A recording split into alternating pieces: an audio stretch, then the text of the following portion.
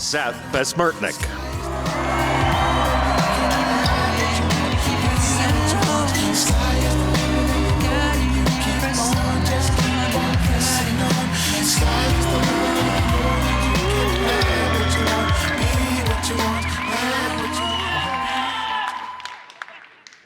Wow.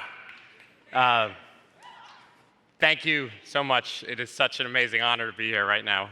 I'm overwhelmed with gratefulness in the most deepest way I think I've ever experienced. I wanted to get the whole Conductor crew here on the stage. We weren't allowed to do that.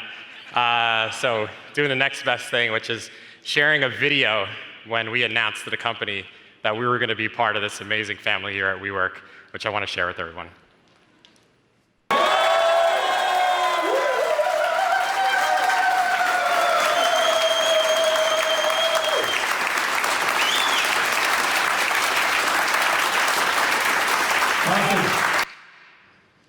When you hear an announcement that we bought another company, it's amazing. It's changing lives. It has such an impact. Being here on this stage right now is absolutely nothing short of a complete miracle. It is absolutely a miracle. I got a call on Sunday night from Jen and Carly, and they said, "Hey Seth, we'd like for you to give a talk on Thursday." And I was excited, and the first thing that came to mind was this flashback of a moment from 2 years ago, which is right here. And this actually is at Summit with one of our longtime colleagues, Stefan Bajayo, and we're in front of the Krusty Burger stand. And if you look at this picture, you would think that I look really happy. But the real truth is that, I remember this so vividly, that this was one of the darkest moments of my entire life, not being there that night, but this time period. And I thought for this talk I'd do a little bit of a story of how we got to that point, how I got to that point, how we got to the point from there to this amazing stage today with you guys, and then where we're going from here. And I'll start with just a brief history of my life. So chaos and dysfunction were served up daily in my home. That's me in the middle, if you didn't realize. I was a terrible student. All my teachers said I wouldn't amount to anything. I didn't have a lot of hope. I went to the only college that would accept me. When I went to college, I worked full-time during the day. I was a lousy employee. I didn't feel like I fit in. I kind of hated it. And I knew I had to do something different. I knew I had to find something that I can do, that I can fit in, I can feel comfortable. I had no experience.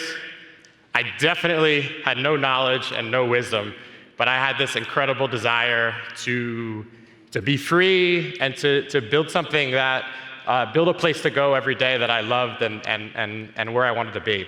So I became an entrepreneur.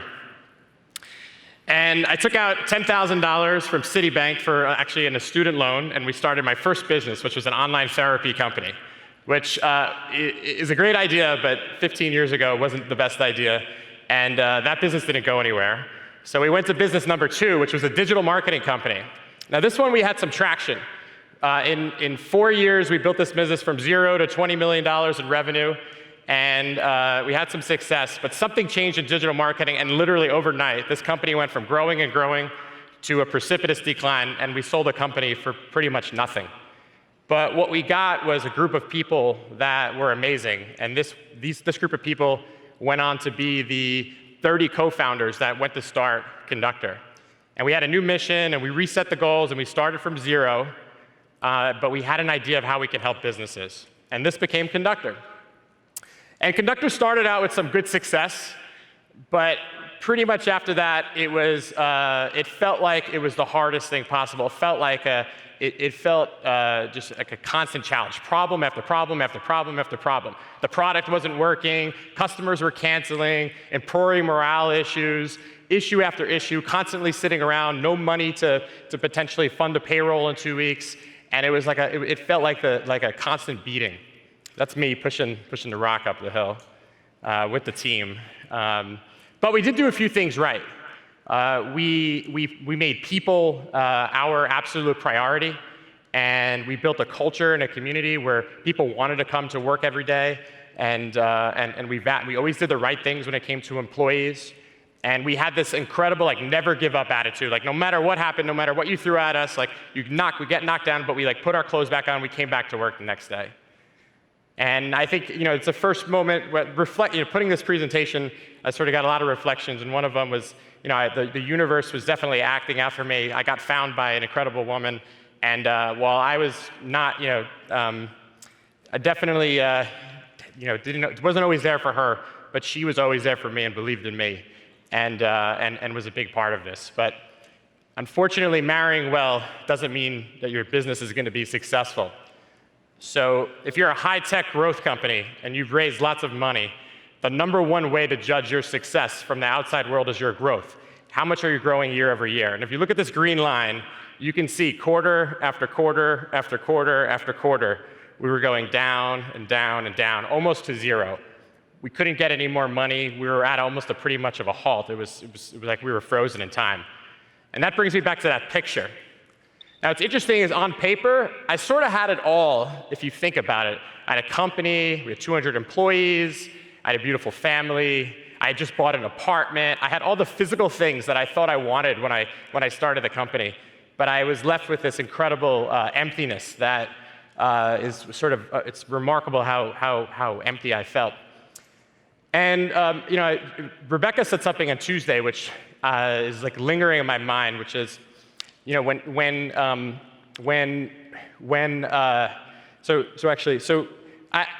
I think backwards, right?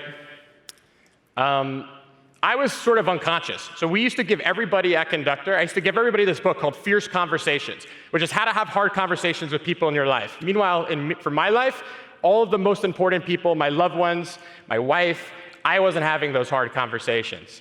When I had problems in my life, I used to run the opposite way from them. I'd plug them with short-term holes and short-term fixes. I thought I had a formula for success, but that formula was obviously not working for me at all. And I had no tools to grow. I had no process or practice to help me improve. And I just stopped growing. I just stopped growing. I was the same person. Now, Rebecca said this thing on Tuesday, that when you stop growing, the universe will intervene. Somehow will intervene and inject themselves. And sometimes that comes in chaos and in darkness. Sometimes it comes with an olive branch. And for me, this happened in a pretty incredible way. So this is our building in 2 Park Avenue in Manhattan. I never leave work in the afternoon. And I happened to this day, and as I was walking back in the building, I saw a guy that I went to college with. I haven't seen him in 10 years. And he was an entrepreneur, and I knew he had a successful company, and I immediately thought, like, oh, wow, this would be great. He'd be a great customer. I asked him to come upstairs. He came upstairs, actually. He's like, all right, he's like, I'll come upstairs with you. Walked around the office. Before you know it, I was having a few meetings out of the office. Our team was preparing presentations to get them to be a customer. But this was very different. Instead of wanting to talk about business and revenue and sales and all the things I was expecting to talk about, this guy wanted to talk about life. He wanted to talk about my soul. He wanted to talk about my marriage. He wanted to talk about relationships. He wanted to talk about how I was growing. And he asked me these really hard personal questions, and I just gave him all very, very honest answers. And in a way, this person became my teacher and introduced me to many other teachers and books and knowledge and information. And the process of growth started to change. And I sort of opened my mind up to new ideas. And I started to grow. And I realized that I had been chasing all of the wrong goals. My formula was there. I used to think it was about success and physical things and getting stuff and growing more superficial things that I thought were important. And I learned that life was about the purpose of life, and the purpose of feeling good is learning and growth and helping people. And I learned that that having a purpose is essential, and that ultimately your world is nothing more than just a reflection of you. And if you want to actually make change to your world, any aspect of your world, the one right in front of you, the one to the side, it starts with yourself and changing yourself and growing. And if you haven't figured it out, that guy was Adam. Woo! And WeWork went on to be shortly after that, WeWork went on to be one of our biggest customers and eventually our biggest customer. And big up to the marketing and product team. We love working with you guys. It's amazing. So I took all this knowledge and I started thinking about it, and I started looking at Conductor in an entirely different way. And as I was putting this presentation together, I realized something amazing, that the people at Conductor were also like feasting for this. And we all got together and we all changed, and we took this idea of helping people and growing, and we applied it in a whole different way. So if you think about our business, and I know most people here have no idea what we do, I hope we make a slight improvement on that by the end of this presentation. Simply, what we do is we would help companies understand when people go to a search engine around the world, Baidu, Google, whatever it is, we would help them figure out, are you showing up, and how do you get your content found? That's what we would do. But what we realize is when someone searches in a search engine, it's much more than that. It's someone's needs, it's someone's information, it's what they're looking for, it's what they want. And when a business gets found, it's actually them creating something interesting, creating something of value, creating something substantive. You can't just show up unless you have the best piece of information. And we found out that people were searching for all kinds of things, not just products and services and things that they need. And we did all of this research. We found these amazing stories. So here's a story I'm going to share. This woman was doing research to find her birth mother. And she actually ended up finding her, but she found out that she had a genetic disorder that ran in her family. And it had something to do with her heart valve, and if she had it too, it could mean that she can die. And she ended up finding out that she had the same thing, and she had an emergency surgery, and it saved her life. And she wrote a story about how this started from doing a search and finding content on the internet. And we found another story of another woman who just moved out of the city into the suburbs and was looking for her first minivan and did a search for what's the safest minivan. And then ended up, after buying the car, getting front-ended by a drunk driver with her kids in the car, and everyone was 100% okay. And she wrote something about how grateful she was for the company that created this content. And it's not just a few stories. There's 10 billion searches every single day happening where people are looking for all kinds of things, sharing their most intimate needs, desires, details, what they're thinking. And it's a bigger thing. It's not about technology. This is the human species is literally reaching out. We are asking for help. We're asking for help. And it makes sense. Life is hard. We make thousands of decisions a day where we're sort of constant struggle in many ways, and we need help, right? We need help. And the great thing is that you no longer have to wait online, to talk to the village chief to get help. You can ask Alexa, or you can go on your phone, or you can go on your computer, and you can ask Google or a search engine. And it's interesting, when you ask a search engine, it's actually not the search engine that gives you the answers. It's businesses. It's nonprofits. It's organizations.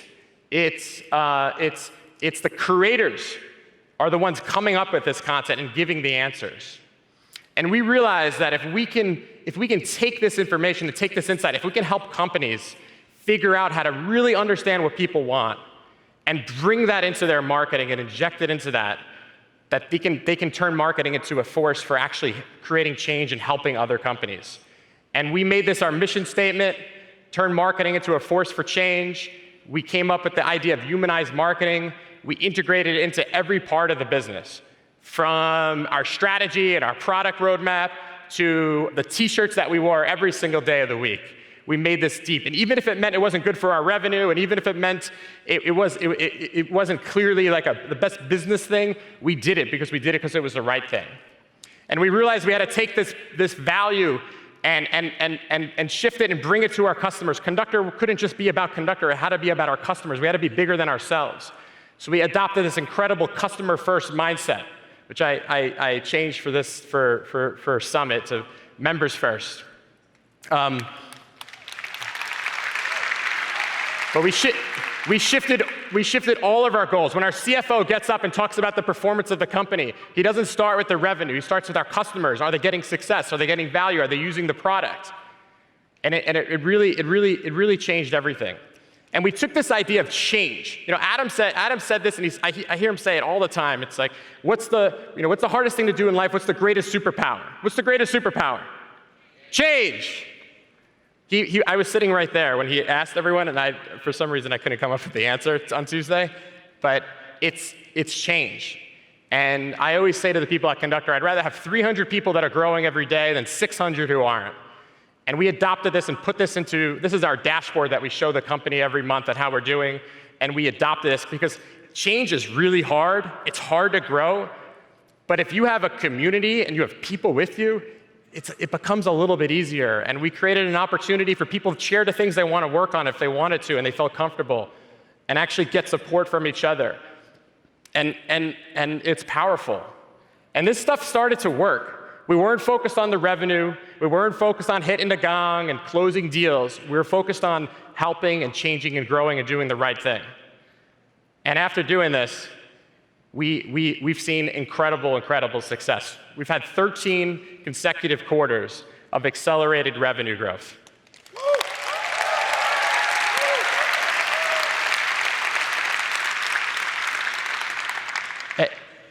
So many people told us it was impossible that we would be able to change the trajectory of the company.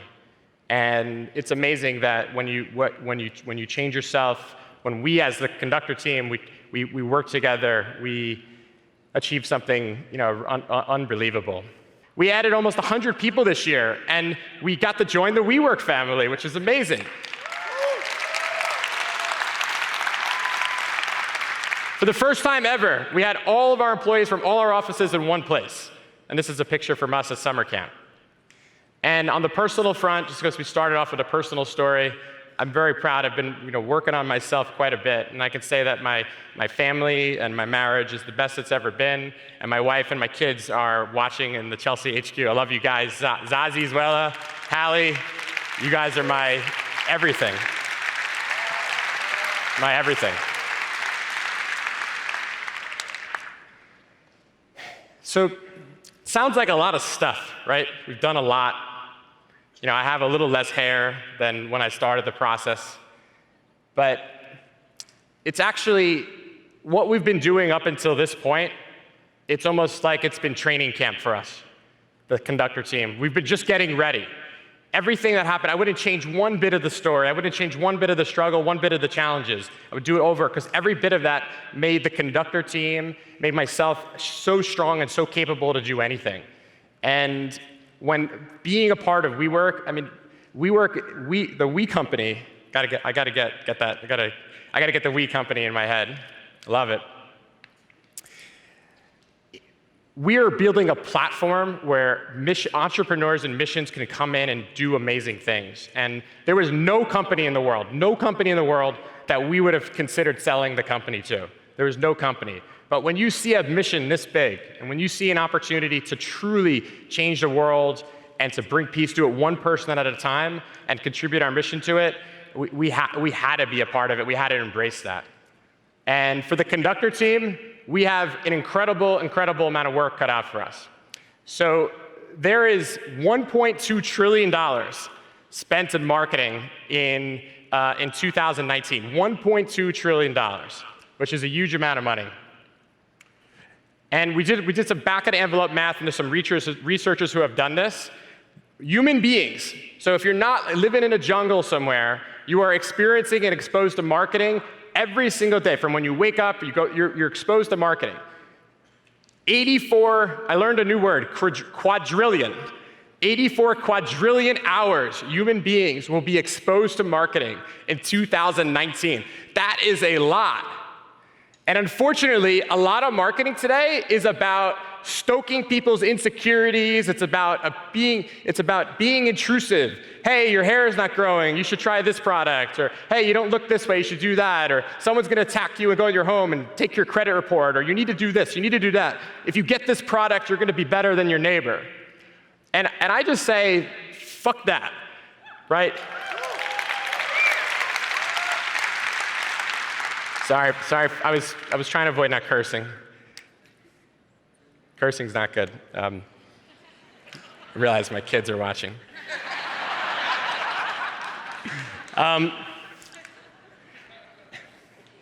Imagine a world, imagine a world where marketing was used to elevate people's consciousness. Imagine a world where marketing was used to help people. Every founder of every company in this world started their company because they knew there was a problem and they wanted to solve it. They wanted to do something good. They had a better way, and they have this deep institutional knowledge, like we have here at WeWork in so many places. Imagine if we used marketing as a vehicle to share that knowledge, to empower people, to make their lives better, to help them. It's to motivate them, to inspire them. And this is our mission, right? There's $1.2 trillion, it's a lot. We have a long way to go. We have a lot of work to do. And now that we're a part of WeWork, this mission has a lot of potential and will become a reality. So on behalf of everybody at Conductor, I want to just say thank you so much for having the Conductor team and your family. All the conductors, stand up, conductors. Stand up, conductors. Woo! I never used the word I so many times in one presentation. You guys are everything. And by the way, we have a tradition. Whenever we have our all-hands meetings, we bring out a T-shirt gun. It was sort of a childhood fantasy of mine. So if you want a T-shirt, make some noise.